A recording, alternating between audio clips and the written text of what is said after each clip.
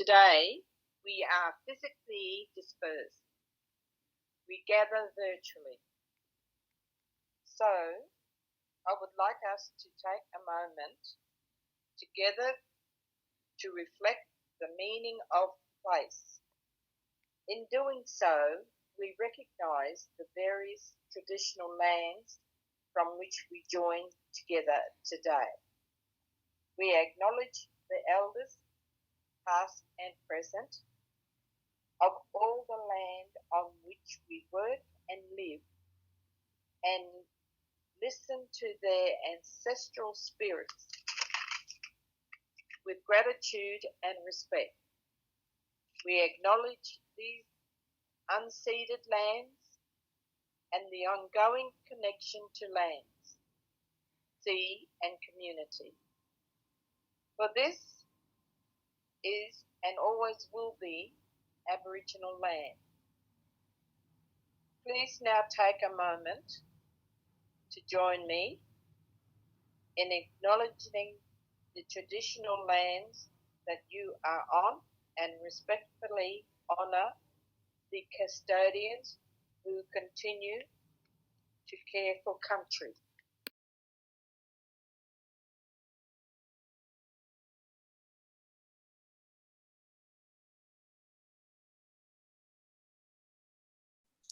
He honore, he karorea, he maungarongo ki te whenua, he whakaro pai ki ngā tāngata katoa. Huri no mai tēnei pito, ki tēnā pito, ki tērā pito, ki ngā tāngata whenua o te ao. Tēnā koutou, tēnā koutou, tēnā koutou katoa. It's a great honour on behalf of Māori here in Aotearoa to acknowledge us all and the sovereign unceded lands we stand on, the waters, mountains and forests that sustain us, the ancestors whose dreams have inspired us, and the future generation for whose rights we fight.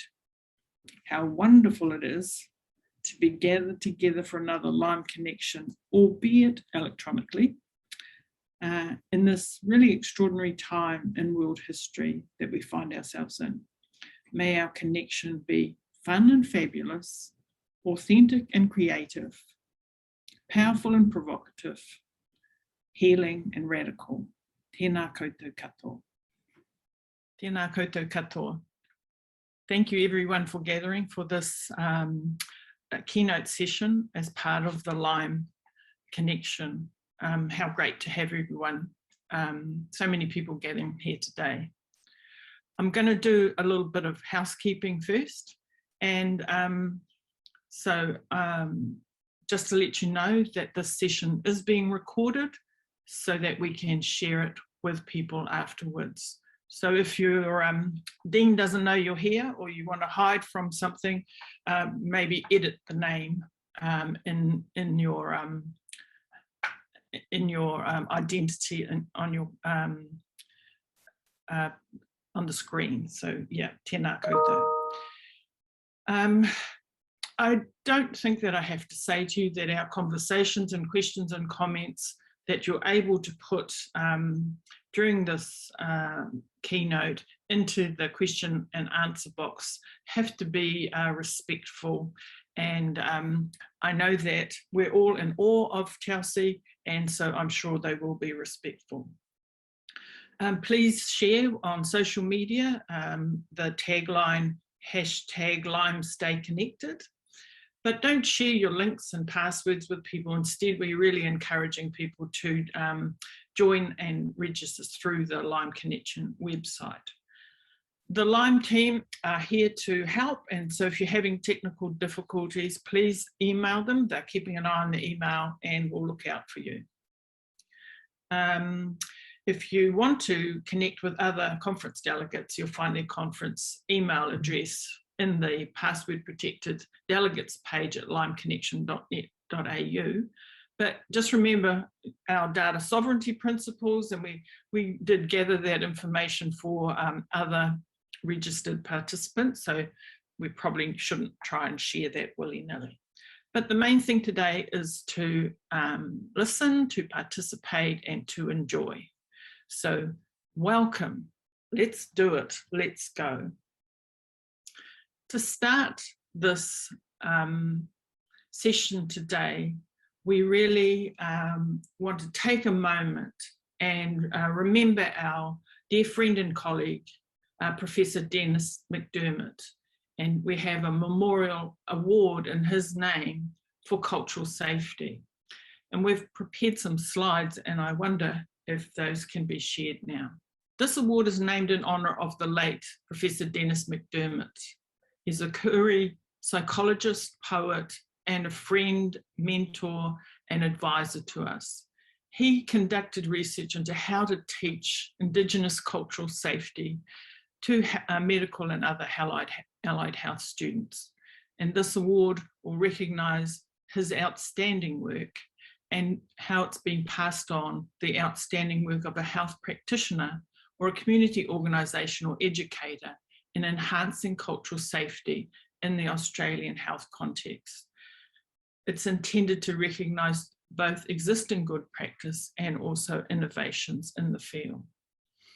This award was funded by donations from friends and family and colleagues via La Trobe University, and you can always continue to contribute to this award. I'd like to introduce Dennis's life partner, Professor Melanie Solwell, to talk a little bit about him. If you really want to see how flash Dennis's partner was, you can look at her bio that's included in the paperwork for this keynote. Welcome, Melanie. Welcome, Sophie. Thank you so much, Papaarangi.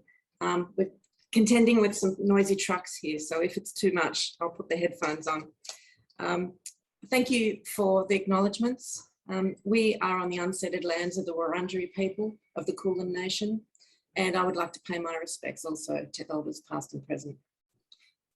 As Papaarangi said, I'm Dennis's partner, and I wanted to just talk for a couple of minutes about the idea behind this award. As many of you know, Dennis had a pretty expansive view of what was needed to improve Indigenous health outcomes. He was passionate about the political and the cultural aspects of health, and these concerns came together in his work on cultural safety. His was a sophisticated critique that included power and people's unacknowledged racism. For him, it wasn't enough to train more Indigenous doctors, more Indigenous health practitioners, as important as that work is. His work was specifically focused on how best to teach all trainee health practitioners to be culturally safe, because he was convinced that the entire health workforce needed to step up. His project was broad, radical, and inclusive. And he used his incredible skills as an orator and his poetry to try and find ways to get through to health students, to encourage, challenge, and invite them to come on a journey of self-knowledge and discovery, to affect and persuade and change people's attitudes.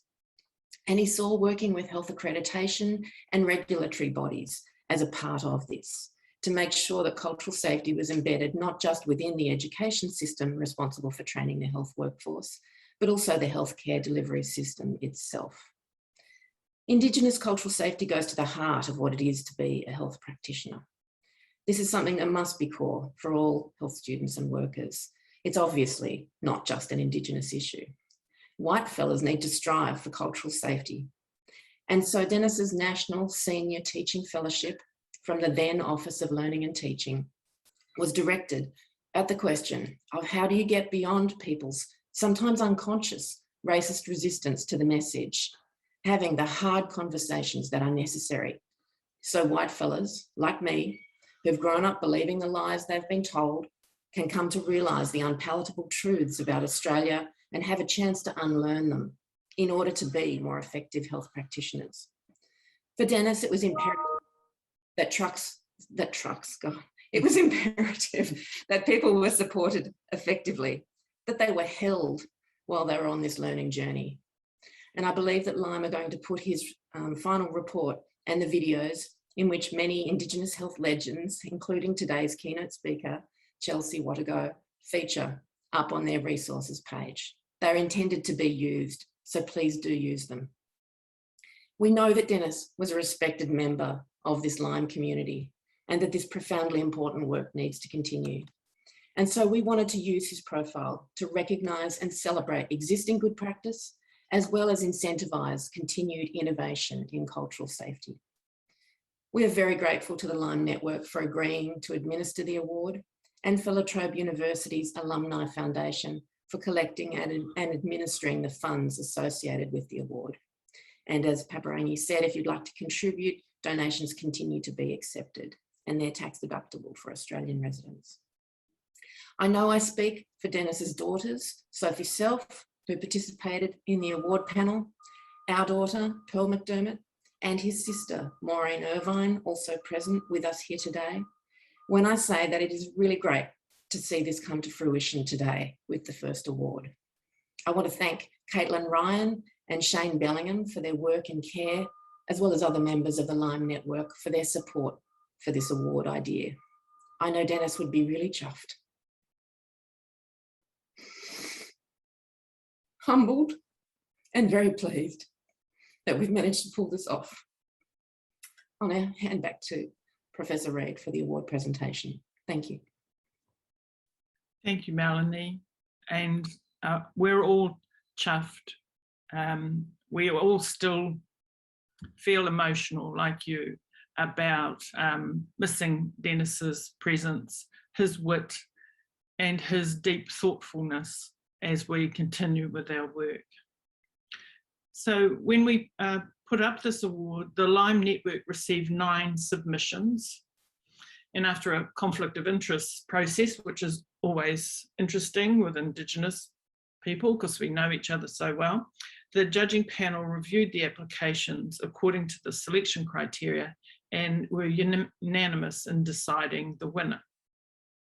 So I get the great honour of announcing the winner of this year's Dennis McDermott Memorial Award for Excellence in Cultural Safety is, and I'm going to say drum roll, Roland Wilson. Kia ora and congratulations.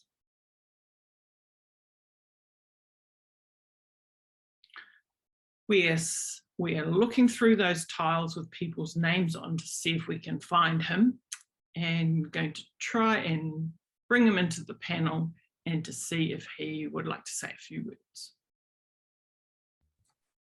Can you hear me? We can hear you. Oh, hang on, and there's video. Excellent. So let me just, there you go. Hi. Wow, thank you. What an absolute honour to be the inaugural recipient of the Dennis McDermott award. It is an absolute honour. I'm slightly stunned, to be honest. I don't really know what to say. Melanie, my sincere thanks to you and your family for your generous contribution to promoting this award.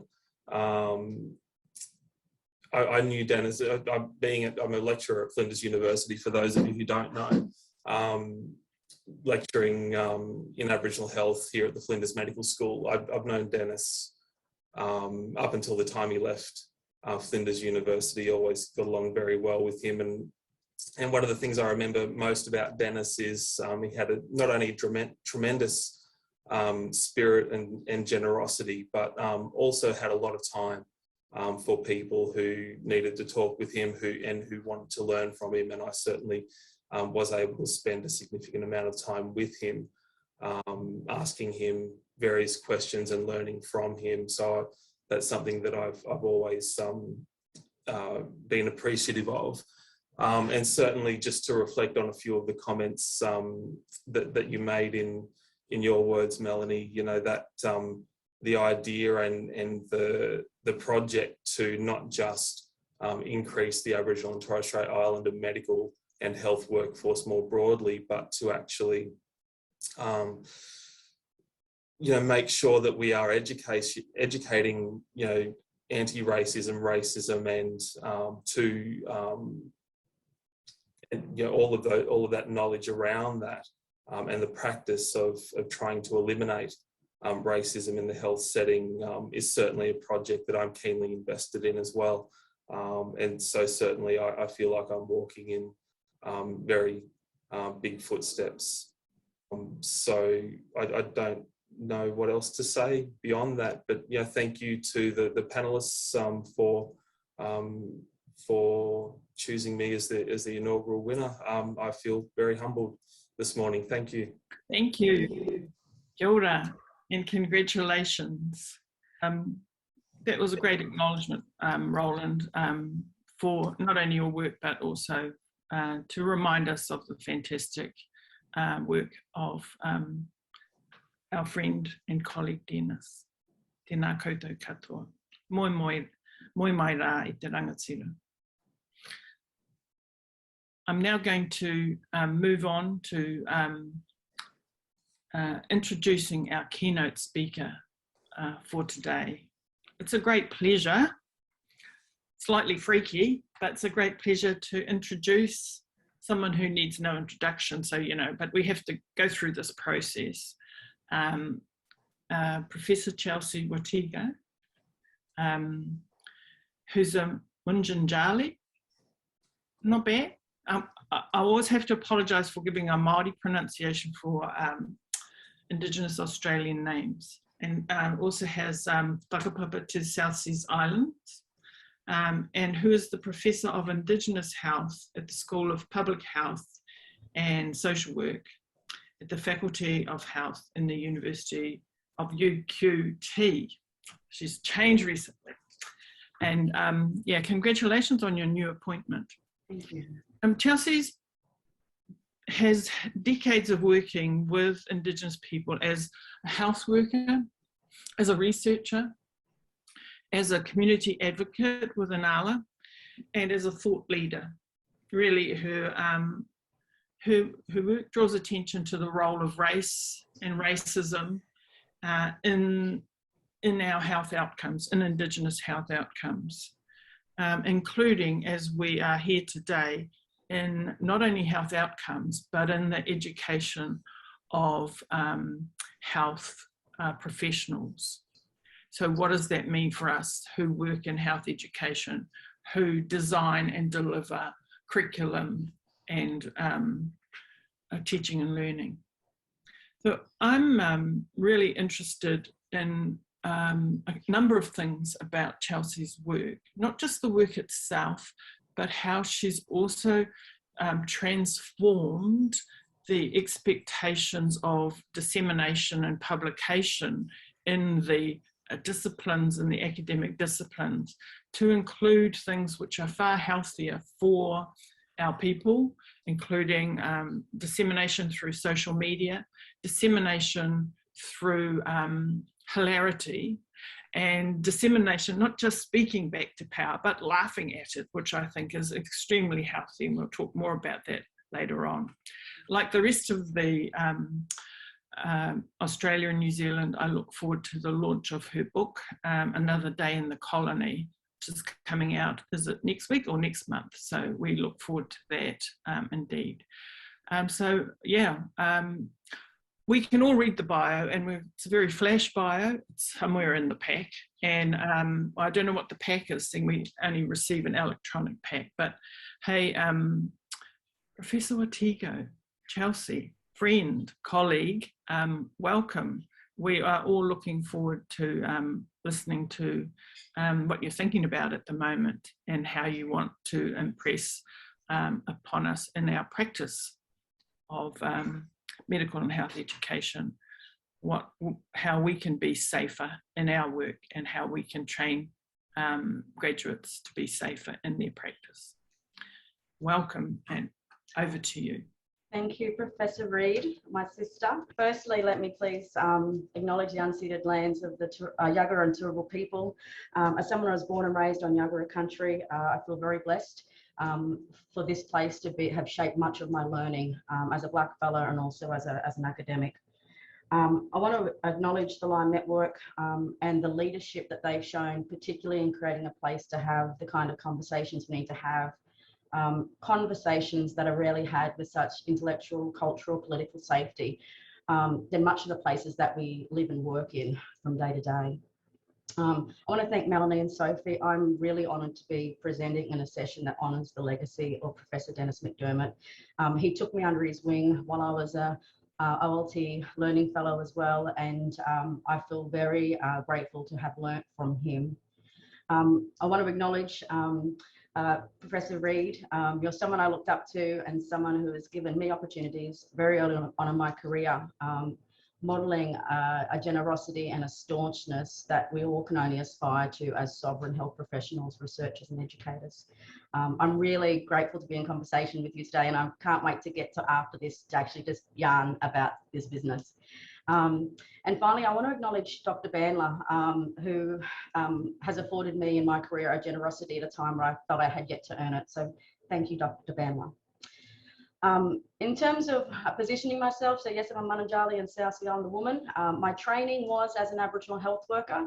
I'm not a race scholar, I'm an Aboriginal health worker. And I went on to work as a health researcher, first in primary healthcare settings, doing more of the typical health research that we're trained to do. And years later, I'd moved into an academic institution, which is just under 10 years ago now, where I was situated not in health, but in the Indigenous units of various institutions, providing support and teaching Indigenous studies. Now, I tell this story because this racialised positioning within the academic institutions I worked in has been central to my journey in terms of the story that I want to tell today, for which Lyme itself has been central to. And so it's kind of what I want to do today is, in talking about how we are teaching race right now, is to kind of take a moment to reflect back on my own journey, not in a narcissistic way, but to return to when I first came to speak at Lyme back in 2015 up in Townsville, because how I came to speak about race now has been shaped by that conference. So I kind of want to tell you that story to explain how I come to talk to you about how we can teach race today. So it was 6 years ago that I got an invitation to provide a keynote address, and it was a really big deal. It was the first conference keynote that I ever did on racism. And all of my years of academic study, I had no training in it, or at least I thought. This was also the year that Adam Goodes quit the AFL, so there were all kinds of interesting conversations happening about racism and public discourse, though not particularly good ones, pardon the pun. If you remember, this was very much a climate of denialism, which had been mirroring the conversations that were being had in the professional spaces that I occupied at that time. What was interesting is what was concerning me at that time was talking about the realness of race. And I think my thing was called Race is Real.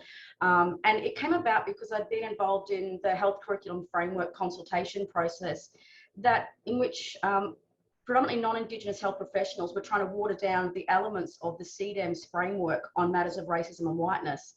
And I want to acknowledge the work of Professor Greg Phillips and his leadership on bringing race and whiteness to the conversation in health particularly, when many of us, including myself, were still speaking about strength-based approaches.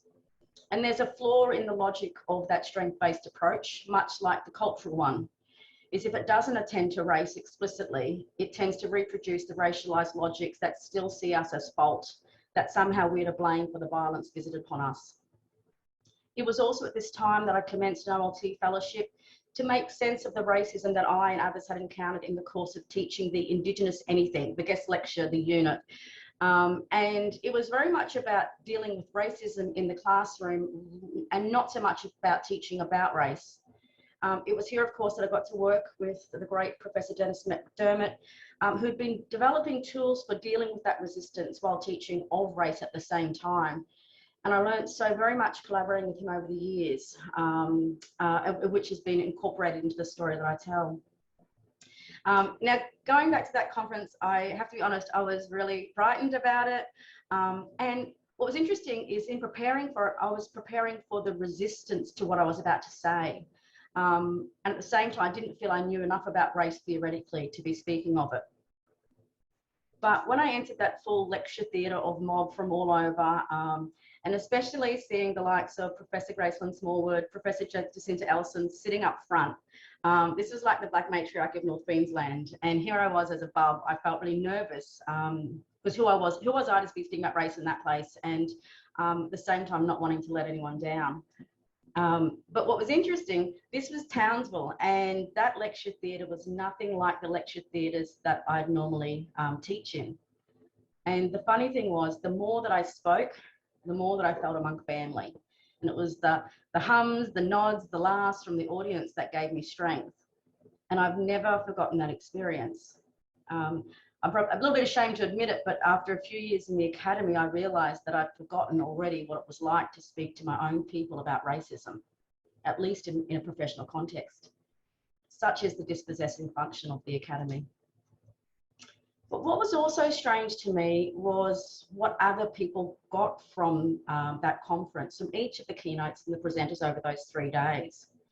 And what I learned was about the power of speaking with each other about race, and how our concerns about the resistance to race conversations were shaping too much of the intellectual and political work that we've been called to do. When we speak honestly from our own place, from our own position, we remember that we do know more than we think. And through these conversations, all kinds of possibilities suddenly open up for us. As I look back at that time and the article I published from it, I can see all the flaws in it. But these flaws I see now are also the learnings that I've gained in the last 6 years since, where I'd go on to secure an ARC DECRA to think more deeply about how race operates in the health system and beyond. As part of this investment, I was able to bring in 2 PhD candidates, Miss Helena Kijlik, who gained unprecedented access to coronal inquiries of our mob who've died of preventable and avoidable conditions in the health system post-2000, and Miss Amy Maguire, a Durrumble and South Sea Island journalist, who is examining the racial violence of media reporting on murdered Aboriginal women. I remain grateful to them both for all that I've learned through the work that they are leading. It was also at this time I was enlisted by the Lowacha Institute under Ron Mokate's leadership to lead a range of projects in which I was able to bring on board Dr. David Singh and Dr. Lisa McCown, both of which I too have learned so much from. Here, I was able to build a community in my home institution to grapple with the things that I had brought to Lyme at a time when I was a lone educator. And what led as a frustration with the violent educational environment would shape a research agenda, but also would change how I would work when it came to race. It was from that experience in Townsville that I stopped writing to white people about race. The audience I imagined, and still to this day, are blackfellas, Indigenous peoples locally and globally, much like that lecture theatre in Townsville that I got to stand in. And look, it's not all blue skies. I'm not at a whole lot of tables in Indigenous health circles here in this country because not all blackfellas in this space are comfortable with attending to race intellectually. Indeed, many are rewarded handsomely for talking about our body parts as data, as targets to be surveilled and remedied. I have accrued enemies who once were friends. That same resistance I felt in the classroom reaches across our institutions and our own disciplines. But I no longer think from a place in which fear is foreground. Instead, I've come to see, much like that day in Townsville, the joy of foregrounding what Reid refers to as Indigenous intellectual sovereignty. I've come to realise the freedom of speaking truth to power, but I've also learnt the power of doing work in that place. I remember bumping into Professor Joan Cunningham at an epidemiology conference where I offered a scathing critique of the discipline, and I think from memory it was at her invitation. And I remember her expressing concern for my well-being in the work that I was doing, while reminding me that it's from the margins rather than at the centre that we shift the parameters for what is possible. Just know that the middle ground that many of us have or continue to hold is a far more brutal battleground for our people. And it's not a place we should be seeking membership to. I have been inspired and drawn strength from the courage and conviction of our Black health professionals, the pain and determination of families outside coroner's courts who are stubbornly seeking justice, never knowing whether it will arrive. I've been a beneficiary of the leadership shown by the Lowacha Institute and inspired too by the stances made by our peaks in forming the Partnership for Health Justice more recently this year, as well as APRA's stance on racism. During this time, those of us working in the space of race were also beneficiaries of a global Black Lives Matter movement in making race a more acceptable conversation to have. But I would argue that the response in the colony was too much of business as usual, and some of our leaders in health have wasted that opportunity to insist upon more, at least something more than refreshing veiled targets in which whiteness is our only aspiration. But there is something to be learned from these moments, even when, and especially when, lone black fellas speak up to tell stories of the realness of race. It is from these acts that the best theorising emerges, and it was in this time that I came to see that. We learn about race in all of these moments, what to do with it beyond testifying to its realness.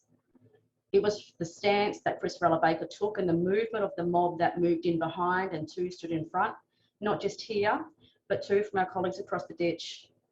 It was here that we learn of the importance of strategy, of solidarity and sovereignty. It was this movement that saw the emergence of the theory of sovereign divergence as expressed by Dr. David Singh, not to be mistaken with interest convergence. It is from our experiences, all of them, that we must testify and theorise and teach. Indeed, it's from my experiences over this past 6 years that has placed me in a position to build a whole new field of research, Indigenous health humanities, to enable us to do the intellectual work necessary to ensuring the survival of our tribes. I'm not going to go into it here, but one of the emergent streams of this field is an Indigenous critical race theory that doesn't take understandings of race elsewhere and import them here, but deals with the intersection of being black or brown and Indigenous. We are seeking to build a critical mass of black fellow race scholars from wherever they happen to be, through a righteous rage, to create spaces culturally, intellectually and politically for those who are negatively racialized, to speak freely about race, how it makes and breaks us, but also how to strategize, how to make the perpetrators of racial violence pay, including our own health system that employs us. What is required is a strong foundation. And that's what we're all trying to do here as educators in the teaching and learning environment. But one of the first steps is to bring people together to develop some shared baseline understandings around race, racism, and the health system, from which we then can build. And it's this document that I wanted to spend some time to speak to in terms of how it could be used as a resource in the teaching and learning environment. And it's really only a place to start. It is not the solution. I want to acknowledge my co-authors, Dr. David Singh and Dr. Alyssa McCown, for their work on this. Now, this scoping paper was first commissioned by the Lowitja Institute, and with the formation of the Partnership for Justice and Health, was made publicly available.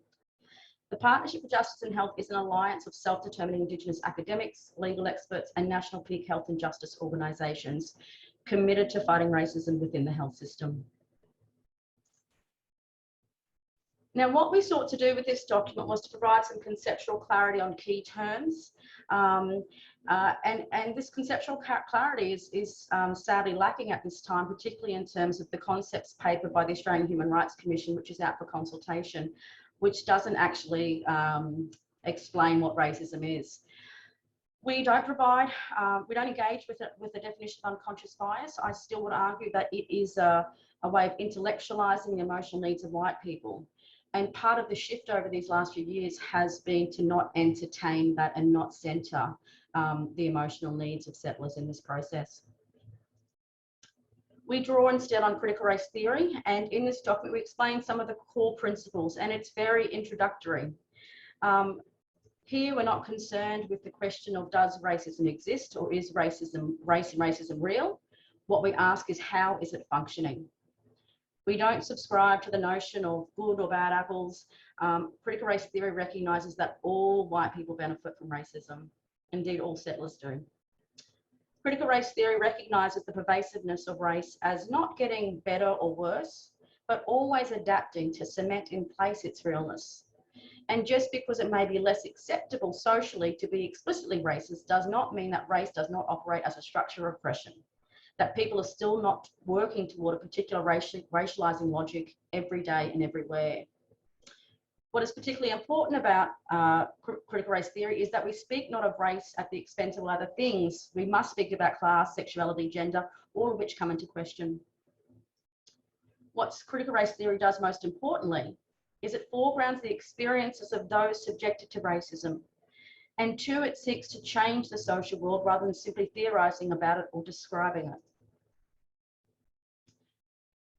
When we then try and illuminate in this, what we try and do in this document is we try and show the different ways then of thinking about race as it currently stands. specifically in relation to research around the Australian health system. And we've organised it into sort of 4 kind of main types of racism research, if you like. Rather than talk about whether race is real, what we want to show is the various ways that people can talk and teach about racism, but we want to also show the strengths and limitations of each approach in shaping not only our understanding of it, but more critically about our strategizing around it. So I want to spend some time just quickly stepping through this part of the document and explaining some of those key areas to think about in what ways are we teaching about racism and what might be the limitations and strengths of those approaches. So if we think about quantifying racialized health outcomes, this is one we're probably most familiar with. It's one that policymakers are most comfortable with. It has this kind of authoritative account, and it enumerates the relationship between indigeneity and health conditions. So it gives that statistical picture. What it tells that raced bodies bear a direct impact. The limitations is that it doesn't prioritise or reflect Indigenous people's knowledges or experience. It often frames the Black body against a non-Indigenous norm in which we are depicted as unhealthy, deficient or lacking. Race features as an epidemiological variable while not fully considering its role in the production of health inequality. It doesn't always explain how. And in not explaining how, it runs the risk of reproducing the racialised imaginings of Indigenous peoples. And we see then the policy response is firmly focused on remedying Black bodies and not the structures that are brutalising them. The other approach that we've discussed is the quantification of racism in association with health. And I want to acknowledge the groundbreaking work of Professor Yin Paradis, who really led the charge in getting racism to the table in the Indigenous health research space at a time where it was really difficult. And this research was so important. And what it did was it measured the frequency of racism to determine numerically how much racism exists or how frequently it occurs. Here, racism is seen as this discrete phenomenon that can be identified and measured. But often what's identified and measured is the self-reported or perceived racism. So one has to know that it's present in order to be able to count it. In focusing on what only can be measured or quantified makes decisions about what and where racism is and how to see it and count it, and thus excludes a whole lot of what we know about how racism operates. It focuses on individual attitudes via racial prejudice. The origins, drivers, nature and relative impact in relation to institutional and structural forms remain unexplained and under-theorised. It seeks to measure something before we fully understand it, and it is divorced from the lived experience of Indigenous peoples. So it names, but yet again doesn't explain racial violence. And in doing that, it too, like the previous category before, limits the kind of political interventions that are likely to result and fails to interrogate underlying social structures. The third approach we looked at was in the space of institutional racism. So this kind of refers to the impact of prejudicial attitudes within organisational cultures. It tends to see racism beyond individual prejudice, and it tries to document and disrupt discriminatory institutional processes. And so what you'll find, it tends to focus on specific organisations, not society more broadly. It provides audits of governance, resourcing and bureaucracy. And it offers some tangible practices for instituting change. Unfortunately, the research here in this place is quite limited around institutional racism. We're still preoccupied with racism of the interpersonal kind. Even in this space, institutional racism is poorly defined, and there's often not a consistent approach. And we see slippages between institutional racism and systemic racism. But one of I think the fundamental flaws in thinking about institutional racism in the way in which it's understood is that it assumes that there's this neutral, non-discriminatory treatment is actually the aim of government. And I know it says that in our health plan, a health system free of racism, but I'm not sure that the Australian government is genuinely committed to eliminating racism from the health system, given the society that we live in is structured around race. And so the problem here is if we buy into that idea that the state is committed to eliminating racism, what we see are interventions that place power in the hands of the state in terms of better governance or more administration. And I'm not convinced that's necessarily the only or best approach.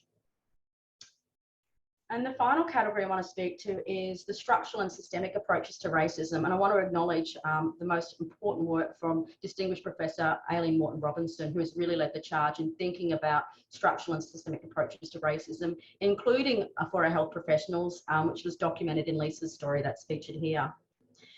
This approach, it seeks to uncover the operation of race as a mode of social organisation, and it explores the various ways that it works systemically from a range of institutions, ideas, agents and processes.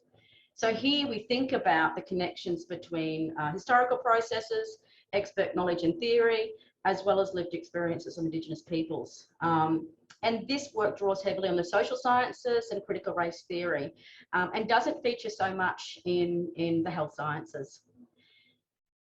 It also doesn't claim this objective neutral account and rejects the idea that that is possible.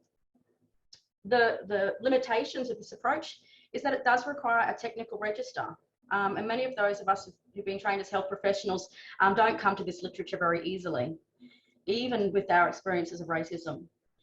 One of its limitations, which I don't think is a limitation, but how it's framed is that it doesn't claim to be objective or neutral. So it's rendered political and radical and emotive and demonized as not being legitimate, particularly in the health sciences.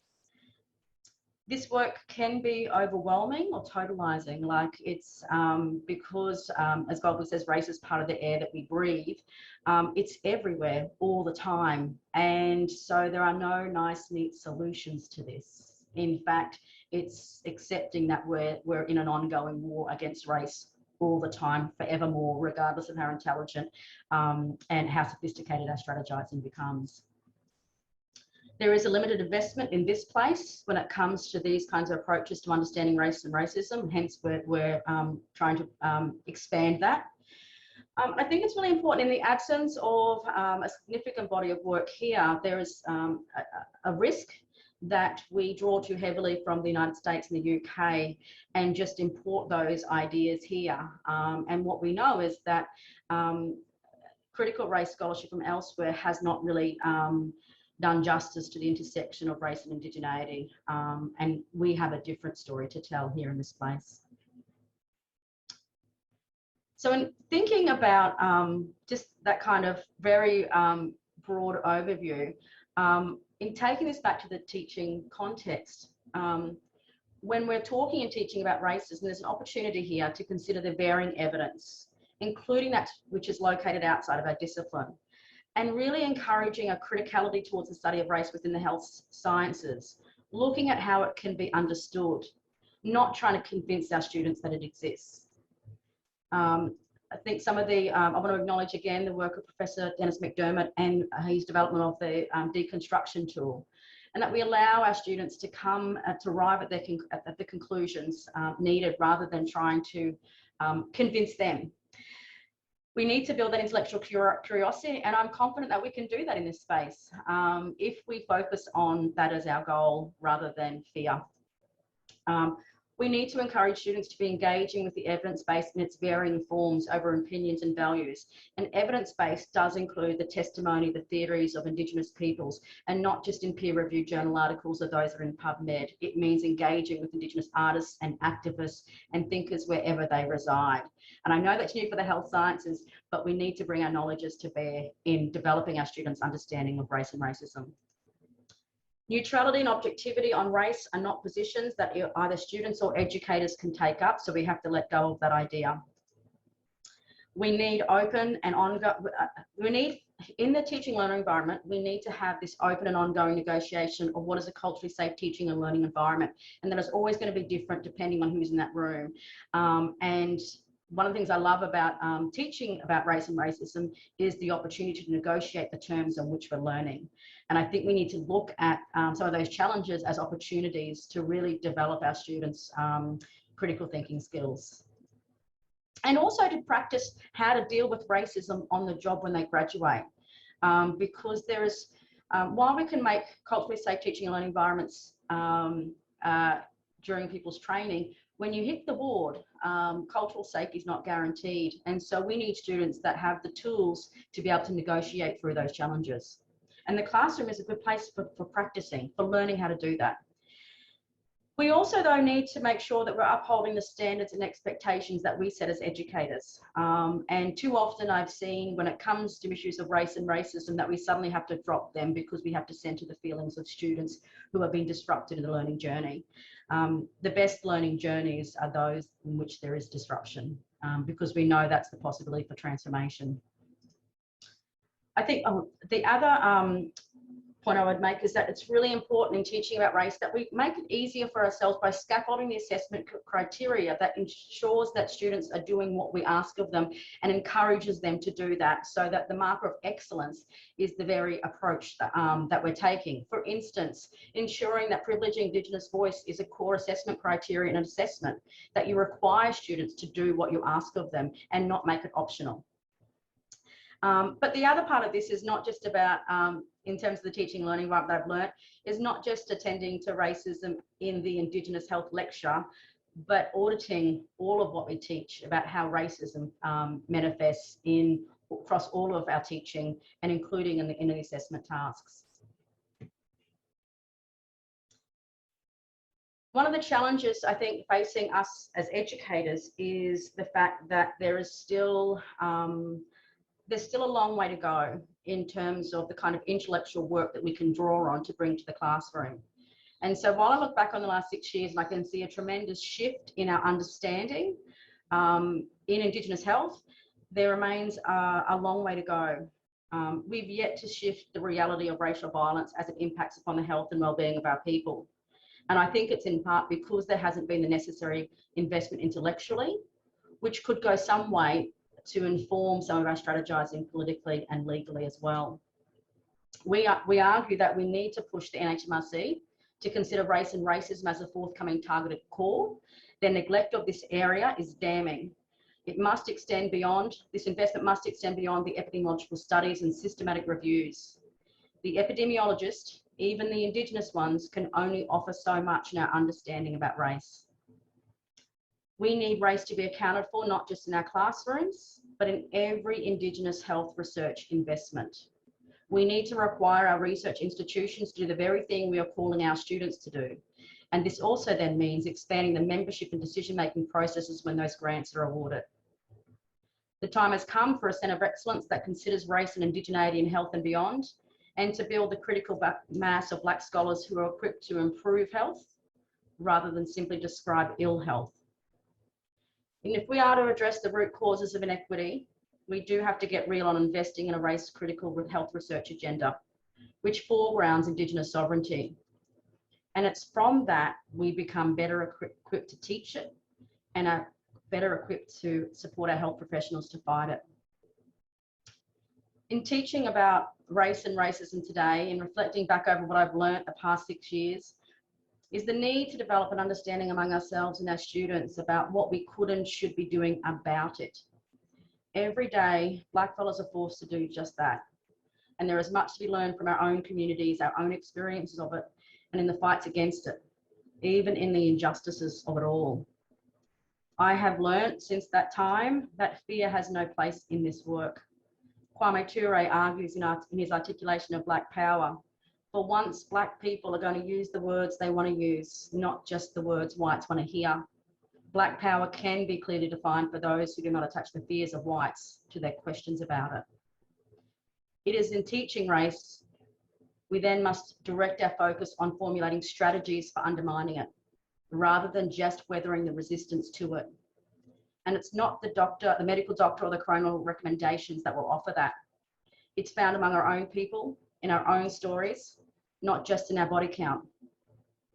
Our people offer the most authoritative account of race and racism and should be the key source of knowledge in our teaching, not just the systematic reviews of their studies on our bodies.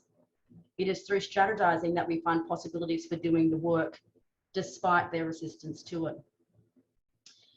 In teaching about race, we are too being tested on it, being tested on while theorizing about what solidarity is. And we're all tested on it, whether it lies with our colleagues, our careers, our colleges, our discipline, our institutions, or our communities, and all of those affected by racial violence in this place. It then means being courageous and taking risks and taking actions that you know you're bound to lose. Because again, the performance of objectivity has no place in the teaching of race. There are but two sides, the right one and the wrong one. And we must draw the line in the sand as a means of holding the line. Because this is a war, and to insist upon the teaching of race in this place that foregrounds our needs, our experience, our knowledge is an exercising of our sovereignty. And we must remember what it is to embody that unceded sovereignty we cite every time we speak, all the time. This is a war that is unrelenting and never ending, but it's one that must be fought nonetheless, because our people are still dying. Thank you.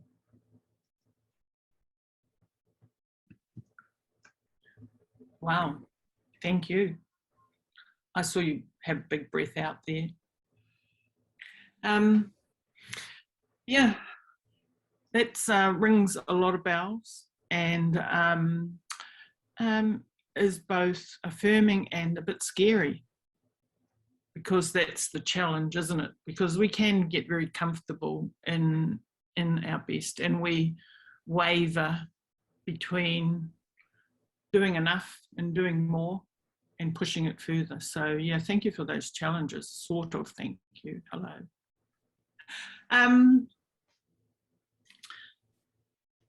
We have found in our classes, because so many, we've got quite a large proportion of our classes might be Māori or Pacific, so Indigenous students, that sometimes in our teaching, the dragging non-Indigenous students through understanding race is real, right through to doing something, even just, scaffolding to doing something about it. It's so painful and dangerous and damaging for Indigenous students to be present in that space that we have to offer separate teaching. And you're allowed to? We're in this process of offering it, and I don't know if Reid is online, but he might want to ask a question about it. But no, we have to, because even if it's to separate out from the dangerous environment, but actually, should we have a different curriculum? Is the interesting thought. That's a thought. We haven't got around to doing the doies, but we've absolutely had to separate out the space. And I don't know if anyone else has been in that situation. Yeah, so that's besides you and me talking about it, I just wanted to leave some time for people to get into the Q&A if they want. Oh, yes, they're starting to come now. And we only have to answer safe and questions that are easy.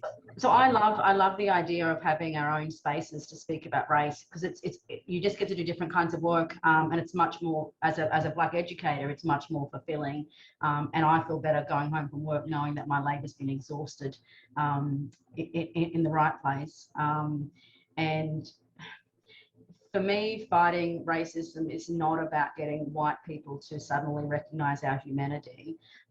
It's working, talking amongst ourselves and strategizing what we do, because race is never going away. Spoiler alert, it's not going anywhere. We can have a nice vision in the Aboriginal and Torres Strait Health Plan of a health system free of racism.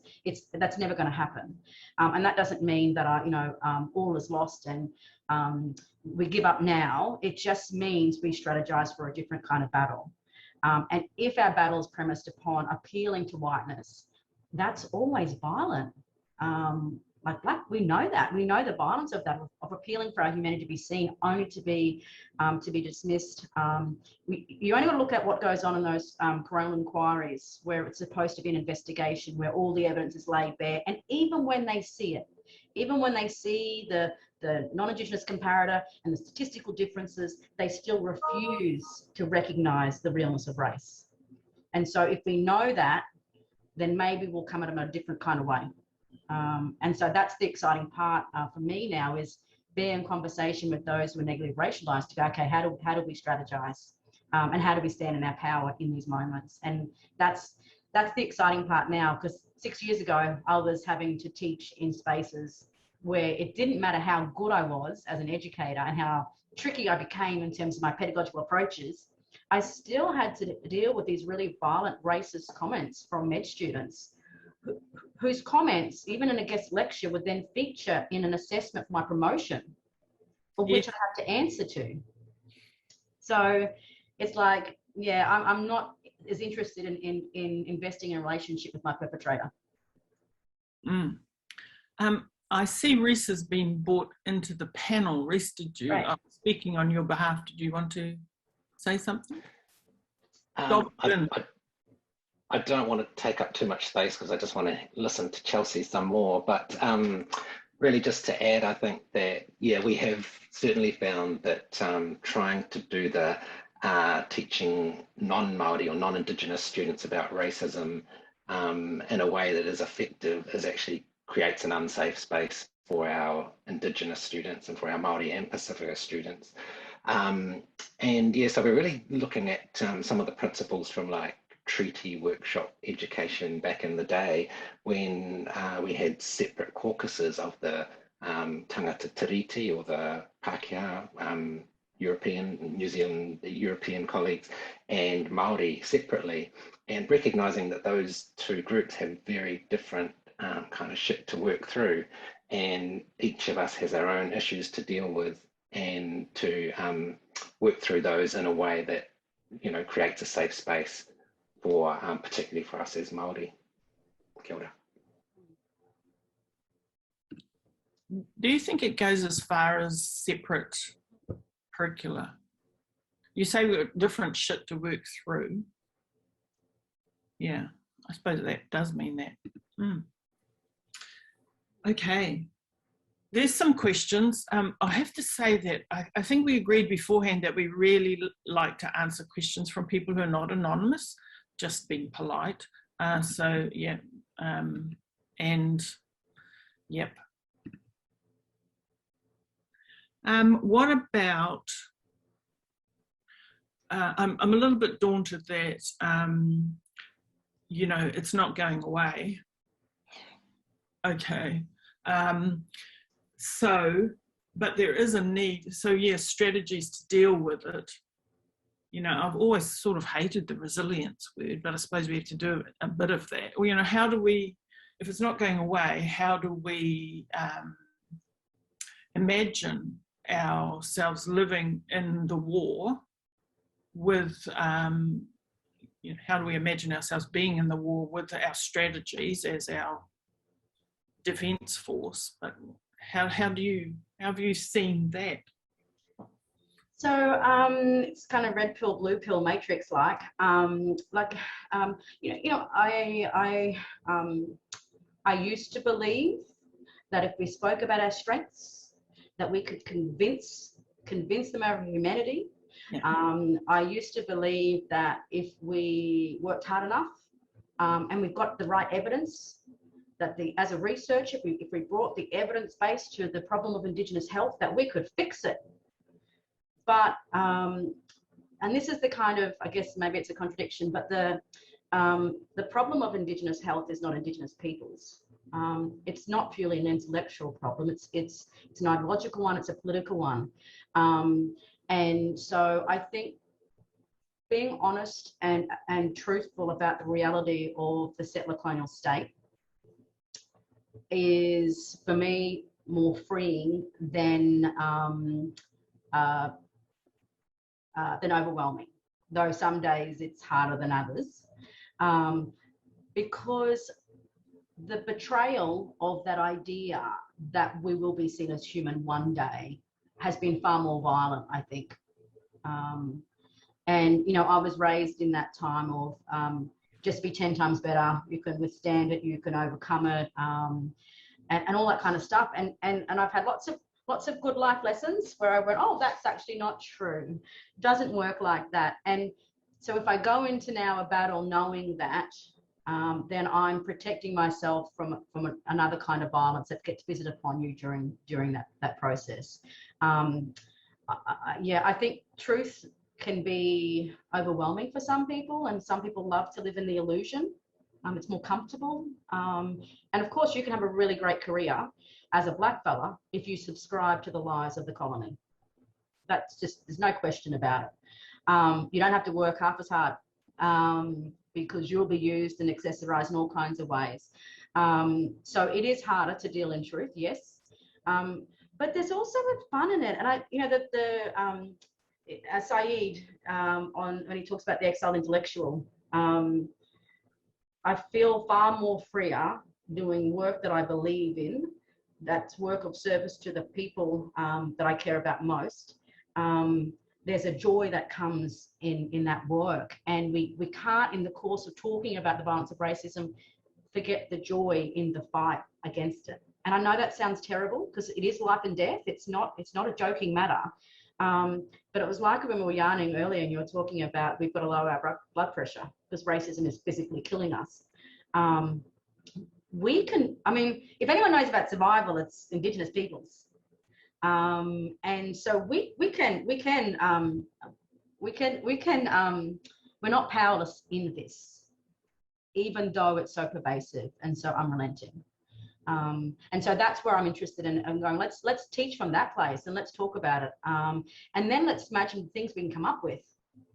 And it's an exciting place to be as an academic, to think differently. You know, that's what we should be encouraging. Sorry, that was a real monologue. No, that was so yeah, I'm interested in some of the comments that have come up have been really around the institutions. Our employers are a bit allergic to all this because they do want conformity. They want to just scrape through on their assessment by, you know, the MedSAC, their accreditation. They want to just scrape through. They want to show off in some things, but not necessarily make real changes. So, I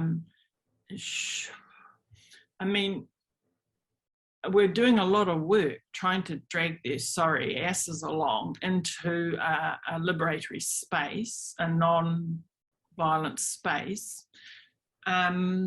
So do you have, how do we continue, is it a lie to continue to hope that our institutions will make significant changes? So not to promote the book, but my final chapter is called Fuck Hope. Sorry for the language. We've heard it before. Yeah, have worse said to me. I think, you know, I came to Indigenous health genuinely thinking that people working in Indigenous health wanted to change, like improve it. And I, you know, over the years, I'm like, oh, wow, there actually isn't that commitment. You know, my children, I always say, my children don't know a grandfather because both of them are black. You know, like, so we are deeply invested in improving our health because it's in our homes, it's in our communities. We feel the brunt of ill health. And yet coming to Indigenous health, what shocked me was that we were trained to believe that our own people don't care about our own health. Yeah. You know, the discourse of, I was invited to provide an expert report to a coronial inquiry of an Aboriginal man who died in custody. And I was given the scope, and then verbally I was told by council to focus on the issue of health literacy of Indigenous peoples, because of course an Aboriginal man in custody somehow has access to good health care. It's not the state that's responsible, you know, who's discharged with his care. And it just struck me the way in which all of their institutions require us to tell a story about ourselves as though we're to blame. And the fact that when the space of Indigenous health is this really violent one, because it still sets us up in relationship with appealing to our perpetrator.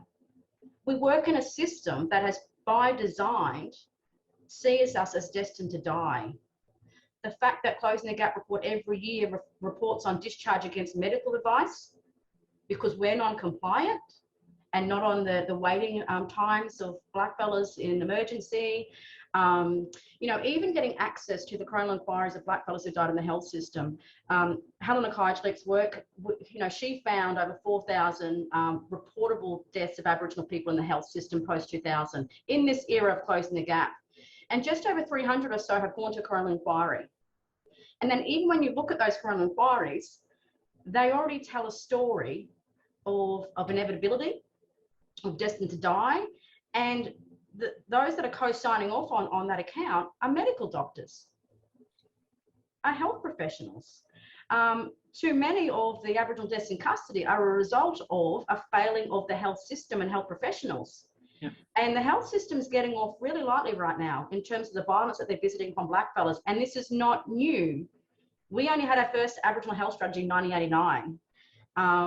Like the health system has always been complicit in the colonial project, and we have to recognize that and not subscribe to the lies, because we're then part of that brutality, and who wants to be that? Like as blackfellas, we came to health because we want to survive. Yeah, we've got a few questions and I'll get to them in a minute, but I just want to pick up on fuck hope, because I think Linda Smith, in one of the speeches she gave, I heard, she said there's nothing more dangerous than that part of the Māori community that's given up hope. Because, you know, so I'm interested in hope, giving, you know, fuck hope, and just the fact that people are without hope. We can't be reached in some ways. And so you're saying that's a safe zone because we can't be influenced, or can't be led for a white fella's agenda. Yeah. So it's drawn off Paul Beatty's The Seller, where he talks about the stages of blackness, and there's this final stage where he refers to unmitigated blackness. And I'm not going to quote him properly, but he's like, it's the night in jail, it's a serious black actor, it's not giving a fuck. And he says, sometimes it's the nihilism that makes life worth living. Now, there are those that will look at the suicide rates in our communities as a people who have given up hope. I would argue it's reflective of a people who've been betrayed by hope. So when I say fuck hope, that follows with be sovereign, of knowing our own power and not vesting in someone else who is never going to see our humanity, who's never going to recognize our sovereignty. But even then, it doesn't mean it doesn't exist. And it has to exist in our minds, in our hearts, in our homes, in our communities. And it's from that place that we fight, not for fear of what white fellas are going to do. And that's what I like to do, visit Townsville and to think about 6 years ago, where I came with a defensive maneuver, a defensive stance, to kind of like how I'd kind of navigate that, and to then 6 years later be standing in this different place. It's from learning over that time what works and what doesn't. And I have had hope. It was a strategy. I think strength-based approach is a strategy of hope, not of sovereignty. And that's how I shifted from strength to race, to undermine some of the violence that we experienced. No longer appealing, just standing in our power and standing in that. And we've seen it over the years, just the way in which blackfellas are doing that. Often lone blackfellas, you know, nanas, partners, cousins, just continually holding the line. I think about the Bowral families, who for decades have held the line, you know, and there's a real power and strength in that. And in the health sciences, we haven't been trained to see that in our own people. We've been trained to measure and monitor bodies and deem them non-compliant, as deficient, as lacking, not as strong and powerful and whole and full. And so when we're teaching race, we can't just go to the statistical story of racism. We have to bring those full lives into full view, if even just for ourselves in our teaching. I want to go through some of the questions. Jack's other one is asked, Indigenous medical students, we're not children. What are our responsibilities in receiving a separate curriculum. How do we teach solidarity amongst, you know, by the time people get to medical school, even our own can be very highly untrained, you know, yeah, so. Yeah, I just want to make sure I'm interpreting the question properly. So we're talking about how do we teach amongst our own mob as medical students? I'll start there. Let's just focus on us today. We don't have enough. Yeah, look, solidarity is something that not everyone's been taught. Who haven't spoken about it at the kitchen table. Some have thought that success means proximity to whiteness, and that somehow means you've transcended race. And in these stances, we can be betrayed by our own people who have thought they can transcend. And some of them come back when they realise that that wasn't possible, because we all get a turn. There's no question about that. They never forget that you're Indigenous or Black, no matter how high you climb. So, sorry about it. So sometimes people have to come to that learning. Sometimes they take a bit more time, and that doesn't mean then you give free passes. There has to be consequences. And I know in the course of my work, there are people who want proximity to the work without doing the work, without suffering paying the price that comes with doing this kind of work, because there is a tremendous price to be paid for doing this kind of work. And so there are some people who you just have to accept that they're just on the other team. I'm all for learning, and because I've made heaps of mistakes, I've let people down, I'm sure of it. And I've had I'm very grateful for the teachers who have taught me and have let me come to the learning. But I think it's okay to require more of each other. Solidarity means that we love our people so much so that we will require more. And so when I talk about solidarity, it's not interpersonal relationships, it's what does it mean to stand in solidarity, to stand on this side. And we have to negotiate it and renegotiate. What does that mean? It's the reason why with the Health Humanities, Indigenous Health Humanities agenda, that came out of a values-based framework amongst a group of like-minded scholars, and we work from values. So we're not fighting over issues, it's what do we stand for?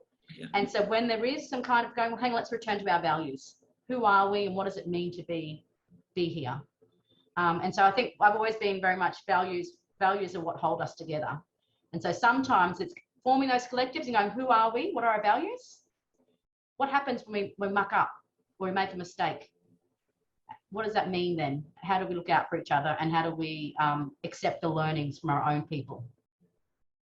I'm not sure if that answered that. No, it's, well, I don't know how Jack's thought, but I thought it was good because maybe we need to start there with our and agreed values in our teaching. And I know some teachers are now doing that as part of, these are the values that we agree to when you come into this classroom. So, yeah.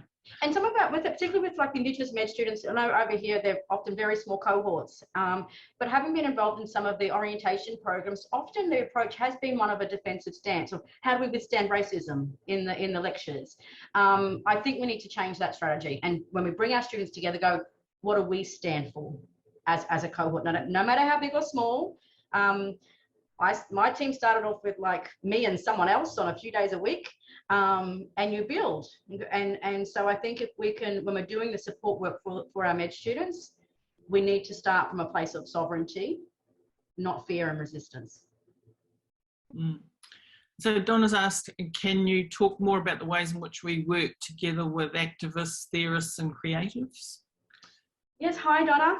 I mean, that's where the work is happening when it comes to race in this place. I mean, you've got some race scholars who will talk about field of research codes and will sort of police who can theorize about race in the most appropriate register and stuff like that. My best learnings about race and racism have come from Black fellows and from the lyrics of rappers, the artists, Vernon Arkey, Richard Bell, and who have been courageous about race, more so than any Black fellows in the academy. Like just just going hard out. And I think we have a lot to learn about speaking freely about race and racism, and it's happening outside the academy. When I used to teach in Indigenous studies, we would have the assessment criteria that you have to privilege Indigenous voices and knowledges and experience. So they were rated on that. And if you weren't citing blackfellas, well, then you failed. And what I made very clear was that I don't expect to find your sources are not from peer-reviewed journal articles, because we've been excluded from knowing anything about our experience by these institutions. So of course we couldn't find it all there. So we made sure that students could cite all kinds of sources to go where blackfellas are thinking. And it is on the streets, it's on the steps of coroners' courts. It is amongst our artists. It's at our kitchen tables. I love citing my father, Auntie Dr. Lilla, and the yarns we had at the kitchen table. Like, how is it that we come to think that the only thinking happens in their institutions? Yeah, and I guess sometimes, especially because in the research terms, and often this is unpaid work we might get people to do if we want them to tell we retell their stories. It's unrecognised teaching and learning, but you know, how can we have a relationship with them that's non-exploitative or not extractive of the case? Well, yeah, we always pay our guest lecturers. We pay them at the expert rate because they're experts, and we make the case for that. The absence of Indigenous knowledges in the academy, well, someone got to pay for that to come into this place. So we pay our guest lecturers, our speakers, but also we bring them in as theorists that we cite. I mean, we cite everyone else. So I've used all kinds of material in teaching. I mean, ABC Black Comedy first season, I used so much of that to get students thinking critically about race and racism in a way that was accessible to a broader audience, but got them to think about the world in a different kind of way, more than any of the statistical studies about the frequency of racism in the health system. So I just think we also need to recognise the legitimacy of Indigenous knowledges and bring it in as credible sources. And we have to model what it is to cite Black theorists in our teaching. And if we're not citing the work of Black people, the thinking, the fights of blackfellas, you know, I think that, you know, every blackfella working in health should be given the foreword that the late John Newfong wrote in the National Aboriginal Health Strategy. I mean, that was groundbreaking and fundamental, but that's some people don't even know about it. That should be core teaching in any Indigenous health subject. So we've got lots of knowledges out there and we should be recognizing it as recognizing that knowledge, not just cultural knowledge, which I don't mean to be disrespectful culturally, but people like to bring in this kind of universal indigeneity and you know, cultural otherness, but don't want a Black fella speaking about the realities of this place for some reason. Which is, I think we've had that yarn about culture versus criticality. Yeah. About which one gets more accommodated in our institutions. Yeah, we've got some questions and I'm starting to skim over them now. Sorry. Some questions really around, and I guess I'd like to separate out what do we do if we need to take some of our colleagues on the journey from cultural to criticality. And is that going back to the shared values session and then because actually some people asking this are white people white fellas on our Zoom today. So do white Pākehā non-Indigenous staff members have any role in calling out and calling up Indigenous staff survivors? I mean, absolutely. I mean, I used to one of my courses. I used to have a white fella teach about whiteness, and I enjoyed watching that lecture because they could get away with saying all kinds of things that I couldn't get away with. I would have had like multiple complaints from students. My CCAT scores would have been terrible if I taught about whiteness the way in which white people have taught about it. So yes, everyone has a job to do. It's whether white fellows are prepared to be as courageous enough as what black fellows are. And the thing is, what was challenging for me over this last 6 years is there are relationships with non-Indigenous health professionals that I no longer have because of my stance when it comes to race and racism. Which saddens me because I work very closely with some of these colleagues who I thought knew better, but proved that they didn't. And so I think sometimes it's also in the course of these relationships it's okay to say no more, that we're not going to subject ourselves to violent relationships. And oftentimes, I just think we're so generous. We're relational people, so we always want to keep like bringing people back in and taking them on the journey, and we get excited when they come to the learning. But when we turn our backs, they go to default mode. And I'm not going to be their domestic. I can take people on our journey so far, but if they continue to exercise the violence that they exercise in the space of Indigenous health, then I will not work with those people anymore. Because that violence I take home to my 5 kids, it comes to my kitchen table. And as black fellas, we have a right to say, no, I'm not going to subject myself to that relationship. So I think, yes, we need to require more of white people, because they've certainly required a hell of a lot from us for the last 200+ years. And it's not in a, it's not a negative thing. It's just like, it's like common decency and respect. And I mean, this is the way race plays out all the time, everywhere in the course of our work. And I think we have to model the very thing we're trying to teach. And yeah. Hey, we've got a couple of questions from our colleagues who are in surgery. Max Ronald, kia ora and welcome, and Justin Kane. So, well, kia ora. So Justin asked about this hierarchy of medicine and surgery and breeding violence and racism, and how do we strengthen, so going back to this discussion about values, how do we strengthen black doctors not only to survive but to thrive? And then Max is asking really about for specialty colleges, do you think, how do we, should racism be taught separately? And, at the moment, we're teaching Indigenous health, and we have to spend half our time using our own, dealing with racism and whiteness and white privilege and all these colonisation, instead of teaching about Indigenous health. So, yeah, what's your feedback on arranging the curriculum and how we have to strengthen our Māori, Pacific, Indigenous, Aboriginal, Torres Strait Islander students and trainees, but at the same time look at the curriculum and what's occupying our curriculum space? Yeah, look, I think it's the burden of dealing with race in this place is left with Indigenous peoples all the time. I mean, it's telling that race features in the curriculum when it comes to Indigenous health, but not anywhere else. And we know we have to teach it because of how it I mean, it's shaped the very problem. But race should feature everywhere across the curriculum. It's not an exclusively Indigenous thing. Race operates all the time, everywhere, in all kinds of ways. So I think that reveals the racism inherent in the design of the curriculum, that it's seen as a uniquely Indigenous thing and doesn't appear anywhere else. I think in terms of the strengthening young black doctors to survive and thrive,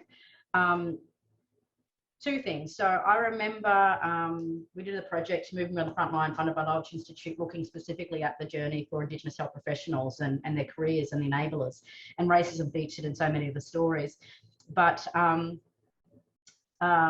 remember Dr. Springer talking and had a medical student ask him about, knowing now what he knowing now what he knew, that I forget the thing. Whatever, yep. That thing. What would he have liked to have known then, And his answer was, I wish I had a highly sophisticated understanding of race before I entered med school. Which of course, it doesn't teach it.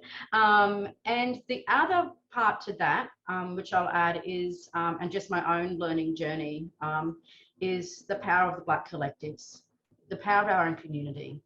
And so it's building your community. And we are, I mean, the number of Indigenous health professionals are growing, and there are increasingly Indigenous health professionals in higher places. And so I think we have to find ways that we come together. For me, initially, it was just building my own community of different people. They weren't necessarily my school or my faculty or my institution. I found like-minded people. We started a reading group. I mean, that's how this whole health and humanities agenda emerged. Years ago, we just come together and read stuff and talked about the violence of the place. So I think we have to build our intellectual and political communities, but also who I hung with were not just health professionals. So who for me, community means community in all kinds of ways. And it's our mob that armor us up, ready to fight another day, who give us the strength, not our proximity to whiteness, because they will take that away all the time. It's not grounded in sovereignty. It's this hierarchical thing that's so violent. And even if you climb it, it's the fall is a long one. So I just think we find power within and amongst each other, and you just build your community wherever you can. And make sure that it's not just in your own little circle, because sometimes I think even talking about the violence of the academy, it is a privileged thing to speak about the violence of the academy, given all the kinds of violent places that exist in the colony. And so we also need to be making sure that our community is not just the people we roll with, because it can blind us to the other fights that are being had, and some that are far more pressing and far more urgent than the argument with a dean one day. Good ways. There's a question around really what we can teach and learn from younger people. I know your kids are growing up. I certainly learn a lot from my kids. Sometimes I don't want to learn it, but hey.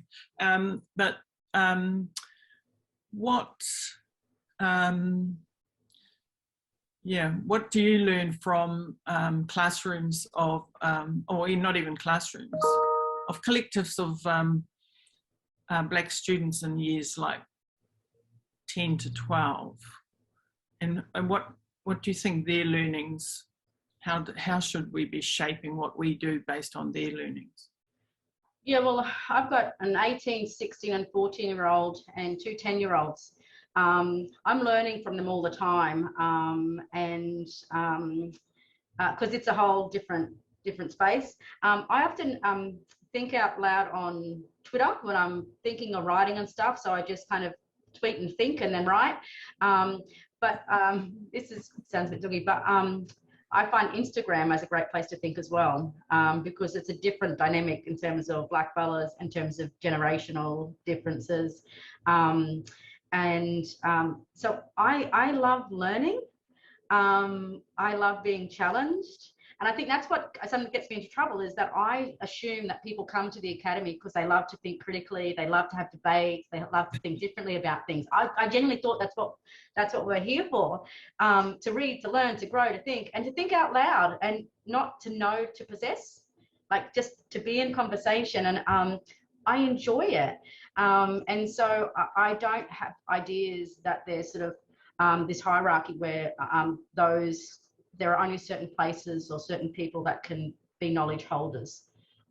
We have to recognise the place in which we come to know, so we can understand the strengths and limitations of that knowing. None of us are all knowing subjects. And so it's bearing in mind that all of us, and that's why I spent the time critiquing my whole approach 6 years ago. It was like, people thought it was great, but actually, it wasn't. Good ways, but that we're always learning, and that we can share the learnings and show the workings of that learning, because it is relational. And so I think in the course of this work, we have to remember the joy of learning, of being challenged, of having to think. I mean, my kids challenge me all the time. They've got some cheek, like, to challenge me, but I get to learn about, well, how do I get them to think? How do I get them to come to a learning? And there's a joy in this art of teaching, and we can't lose sight of that in the midst of all of the bullshit we have to deal with. Mm. Hey, I want to pick up on something that you said also in in your talk, and that was really how much we learn from students. And yeah, I learned so much from students and what they're reading, how they're thinking through things. And I think it's the Māori word for learn and teach is the same. That's it's quite interesting, and I just wondered if you wanted to unpick that anymore. You could say just straight out no, but we can go. Well, look, I agree. I enjoy thinking out loud, and I think that and that's letting go of fear. This fear of always having to know and having the answers. We don't, and it's okay to be honest about that. And in doing so, it is freeing, because we get to learn too, and not just teach. And I think that, and particularly when it comes to conversations about race in a classroom, to say, look, we're coming together to make sense of this. It means it's kind of like putting the weapons down a little bit and doing away with the hierarchy of things, and being more in conversation. And I love that. And it was modeled to me by guest lecturers or senior people, you know, elders who would come in, and they would not come in this authoritative hierarchical way that some of the professors do. And they came in a relational way. That was just the best modelling of teaching. I think of the likes of Ani Leone Coggill.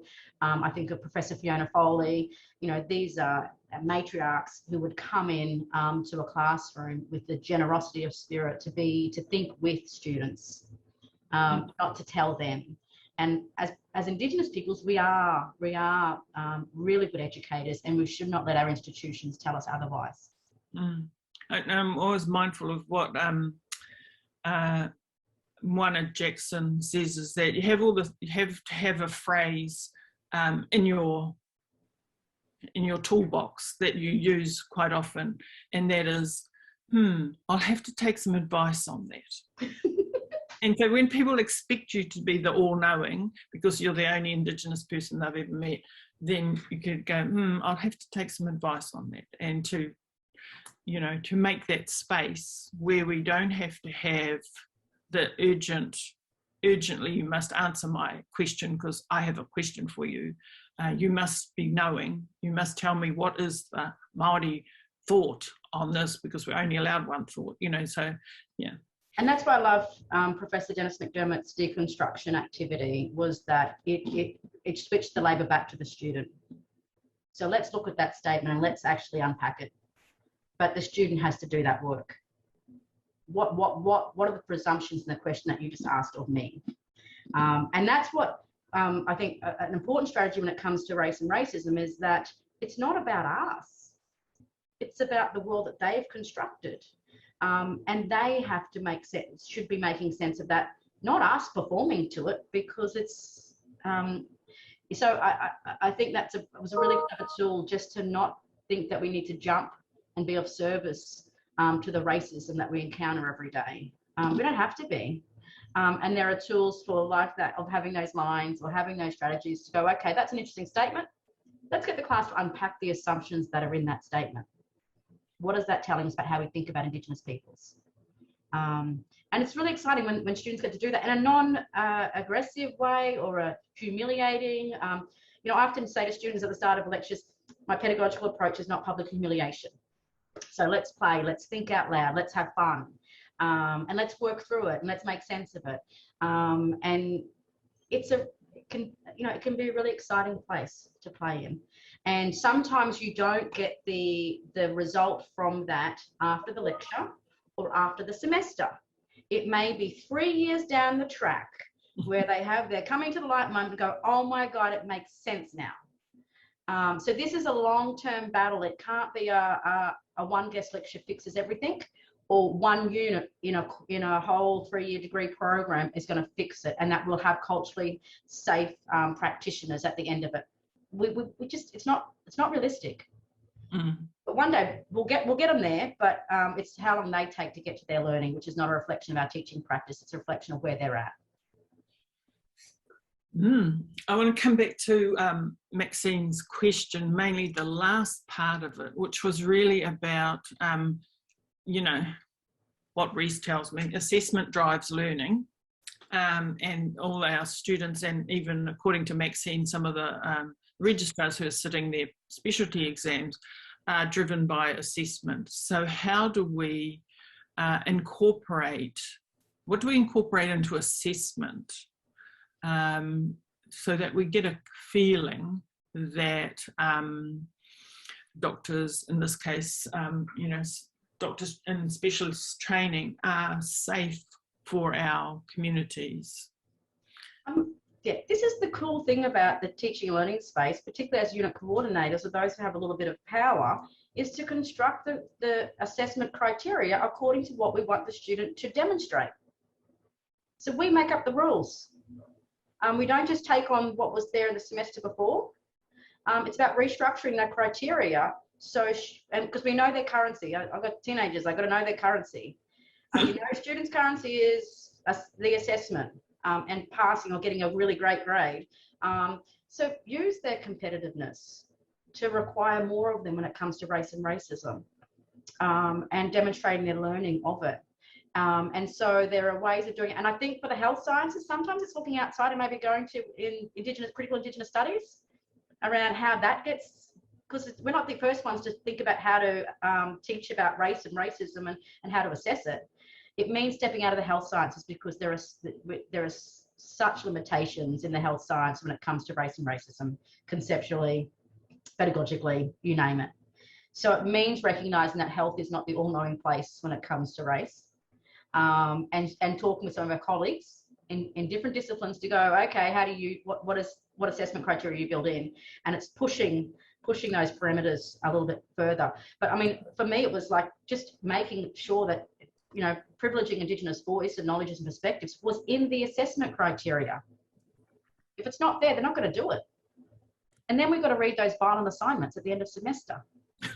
Like, you know, there's an opportunity via assessment criteria to make the job less traumatic for us, as well as requiring students to do more. And it should align out what we teach and how we assess. There should be an alignment there. It just means shifting some of those things that those before us thought were important and making a case for that redesign of that assessment criteria. But if they've got to demonstrate how race is operating in the health system as part of an assessment criteria and levels of how they've been able to demonstrate it, then you're not going to get those opinion pieces saying race isn't real.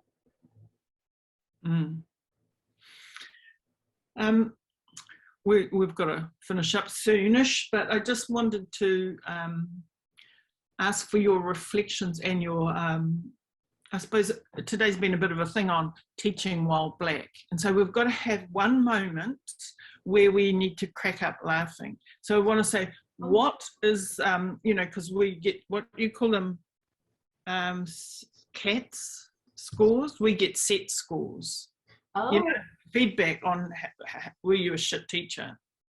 Do you get those? I want to know what is the funniest feedback thing that you've got. Others who've got really good feedback, I mean really hilarious feedback, can put it in the Q&A. But I want to lead off by saying my best one was one of those little drawings of penis and balls, you know, the little comic drawings of penis and balls. I've never quite understood how I should take it, but I do want to, one, make you crack up laughing about that what I got on my feedback and my set scores from a student, which I've taken to must mean that I've got real balls. You know, so yeah, I've took it in a very positive way. But I want to say, have you had any really inspiring feedback, especially ones that have made you really crack up laughing? Look, I can't think of them offhand. I have written about some of them in the course of RLT fellowship and I think the Good in the Hood paper, some of the responses. And I think the reason why I can't remember them exactly is at the end of semester, I would get my teaching team and we would bring the best and the worst of our feedback. And we'd have a few wines and we'd laugh and we would ceremoniously let it go. but we would laugh at them. So I think that kind of ceremony was really therapeutic because I blocked out the exact words that those people said about me. They did come back to haunt me during the promotion committee process. But yeah, there were so many. You know, I'm spoiled for choice. What can I say? And it was primarily like Indigenous studies weren't so bad. I have a couple here and there, but it was the med students that really felt they needed to put me back in my place. And what was, I think, funny for me is the scale. So I was either over here or over here. And there would be more up this end, I'd have to say, but it was like it wasn't the same person teaching when you looked at the evaluations. Yeah. That was so stark, you know, and so that too was funny. Yeah. We've got one from Ruth who's wanted to support this question. But the other thing was I wanted to also pick up, even though we're supposed to be winding down, I wanted to pick up what you said about research and how research and scholarship and actually funded research and scholarship in this area is long overdue, and it's time to make our research funding organisations get on board because they're embarrassing themselves by not getting on board with this kaupapa. So yeah, I wanted to thank you for raising that. It's one I've been raising for some time, or continue to raise, because the NHMRC keeps boasting about their investment, but there's no investment in racism in the health system, and we have a health policy that says we want a health system free of racism. You know, this is gaslighting. And, you know, even black fellows sitting in NHMRC, there's no excusing this anymore. I'm not at the table at those discussions, but those who are can no longer continue to justify there not being an investment in racism and health. You can't ignore the coronial inquiries that are happening every second week and the violence of the health system. So enough's enough now. There needs to be the investment in the work. And because we know the health outcomes of Indigenous, they're not changing. So despite all this investment, we're still not changing things. So surely now is the time to make that investment. Surely we could have in health in this country our Black Lives Matter moment and say you're going to get real on race intellectually and politically, because we have a responsibility, we have a duty of care to Indigenous peoples as part of the health system. It's one they had put a call out for targeted calls I think earlier this year, and we're pushing for mob to keep pushing, but it needs more than one or two people to be making this case. We all need to be pushing for that investment, and it can't be to get more epidemiologists to measure racism. We need to broaden the intellectual investment, and including who gets to sit at that table to do that work as well. Yeah, and was to find out where on the our genetic code all the problems lie. That's the other thing that people think that they're doing. Oh my God, kill me now. No, don't kill us. No. Kill someone else. Okay, so how do we keep ourselves safe in this very dangerous work? Know that nowhere's safe. It's not safe here. And so we just have to remember who we're working for, who we go home to, who's there, who will fight for us, and love us up and protect us and laugh with us, and just surround ourselves with the people who nourish us. And they're not to be found in white spaces. We have to attend to the racialized logics in our own minds first before we can fight the racialized logic in other people's minds. And our people will do that for us. Our people will hold us accountable, pull us up, call us out. And that is a gift and a blessing that our communities give to us. And we need to, a lot of our mob need to embrace that and not pathologize it as lateral violence. It's our mob that will call us out, but also will step in front for us when we need to. So I can't stress enough, particularly for some of our health professionals who come to the academy or come to these spaces still new in their identity journey. Your people are not your enemy.